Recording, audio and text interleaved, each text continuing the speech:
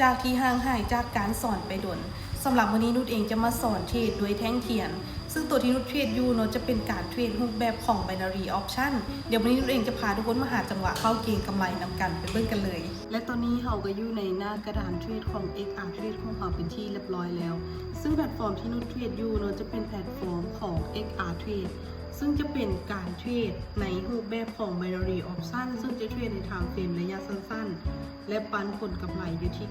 95% ต่อ1ออเดอร์ที่เราเฮ็ดธุรกรรมออกไปมาเดี๋ยววันนี้นุชเองจะพาทุกคนหาจังหวะเข้าเทรดนำกัน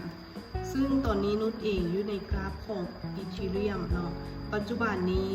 ตลาดมีการผลักดันราคาขึ้นมาเนาะผลักดันราคาขึ้นมาเดี๋ยวนุชเองจะขอสูงเบิงแนวโน้มรวมของตลาดก่อนแนวโน้มรวมนี่เป็นเทรนด์ขาลงเนาะในอดีตนี่เป็นเทรนด์ขาลงแต่ตอนนี้ราคาเริ่มดันกลับขึ้นมาแล้วแต่ว่าออเดอร์นี้นุชจะยังบ่ทันแบบกระโดดเข้าออเดอร์เทื่อเนาะเพราะว่ามันค่อนข้างจะติดโซนที่เป็นแนวต้านเนาะก็จะเป็นโซนบริเวณนี้โอเคเดี๋ยวเรามาเบิ่งพฤติกรรมของตลาดไปก่อนเนาะซึ่งว่าบทเขียนหรือทริคที่นุชจะมาแนะนำวันนี้มันจะเป็นรูปแบบของแท่งเทียนกลืนกินเนาะซึ่งส่วนใหญ่มัน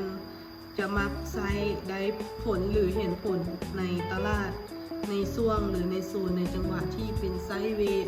หรือเป็นแนวรับแนวต้านเนาะตลาดสวิงนะจังหวะแบบนี้ก็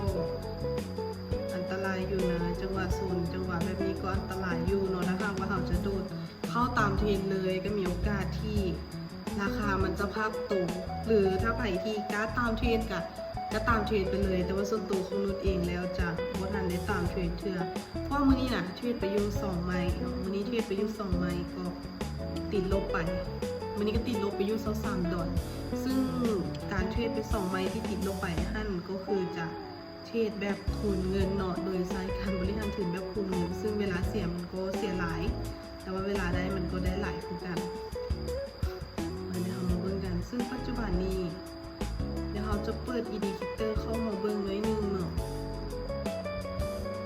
เพราะมันเป็นเทรนด์ปัจจุบันนี้ RSI ยังอยู่แถวๆเส้นค่าเฉลี่ยที่70-80ก็ถือว่าขึ้นไปในปริมาณที่สูงแล้วแต่ว่าออเดอร์นี้จะเป็นแท่งกลืนกินเนื้อเทียนเนาะกลืนกินเนื้อที่บ่ค่อยงามปานใดแต่ว่าออเดอร์นี้นุชเข้าซิมขายไปเบิ่งน้ำกันเนาะว่าออเดอร์นี้จะมีกำไรโบเชื่อว่าหลายๆคนนี้มักดักตลาดนุชกั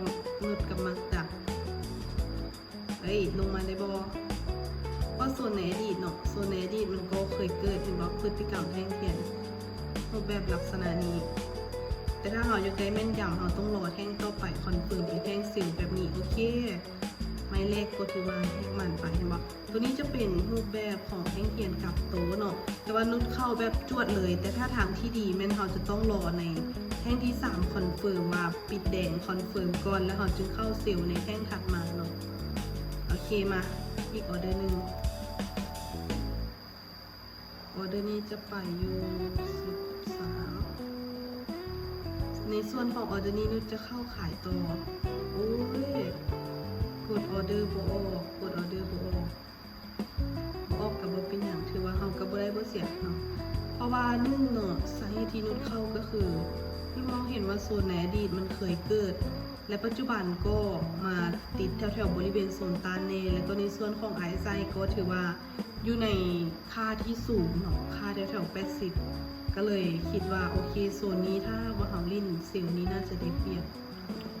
ลงมางามเลยน่าเสียดายที่ของเขาบ่ทันเดี๋ยวนุชจะวิเคราะห์เข้าอีกสักประมาณออเดอร์นึงพอดีแก้พอติดลบเลยแต่ก็ยังได้กำไรกลับคืนมาเลยเมื่อกี้นี่วินมาอยู่33หรือเขาจะไปทั้งกำไรดีหรือเขาจะไปทั้งกำไรและทุนดีโอเคมาออเดอร์นี้จะขายต่อออเดอร์นี้ขายเดี๋ยวเรามาเบิ่งกันนะว่าเป็นอย่างนุชคือขายในโซนนี้คือ คือบ่ซื้อขึ้นไปสังเกตเบิ่งเนาะทุกคนเดี๋ยวเขาจะซูมกราฟเข้ามาให้ทุกคนเบิ่งก่อนสังเกตเบิ่งว่าแหงซื้อที่ตันราคาขึ้นเนาะยังบ่สามารถที่จะคืนกินแห้งก้อนหน้าได้และมาติดกับโซนบริเวณที่เป็นเส้นเทรนไลน์ที่นุชเคยตีเป็นฐานตานไว้เนาะนุชก็เลยมองว่าราคาน่าจะยังบ่สามารถที่จะผ่านขึ้นไปได้เนาะในออเดอร์นี้เลยเป็นปัจจัยที่เฮ็ดให้นุชเองเล่นในฟังเซลล์แต่ถามว่าเซลล์ตัวได้บ่แนะนำดีกว่าเนาะแนะนำให้พักเทรดไปเลยเพราะว่าโซนนี้มีโอกาสที่จะเริ่มผันผวนแนะนำให้พักเทรดแล้วก็รอเข้าจังหวะไม่เอาเนาะการเทรดเราบ่จำเป็นต้องเทรดตลอดติดต่อกันเราต้องมี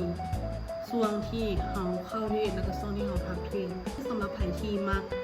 เทรดหรือมักวิธีการเทรดเนาะก็ฝากกดติดตามในช่องน้อยๆของนุชเด้อบ๊ายบายแล้วเจอกันในคลิปต่อไป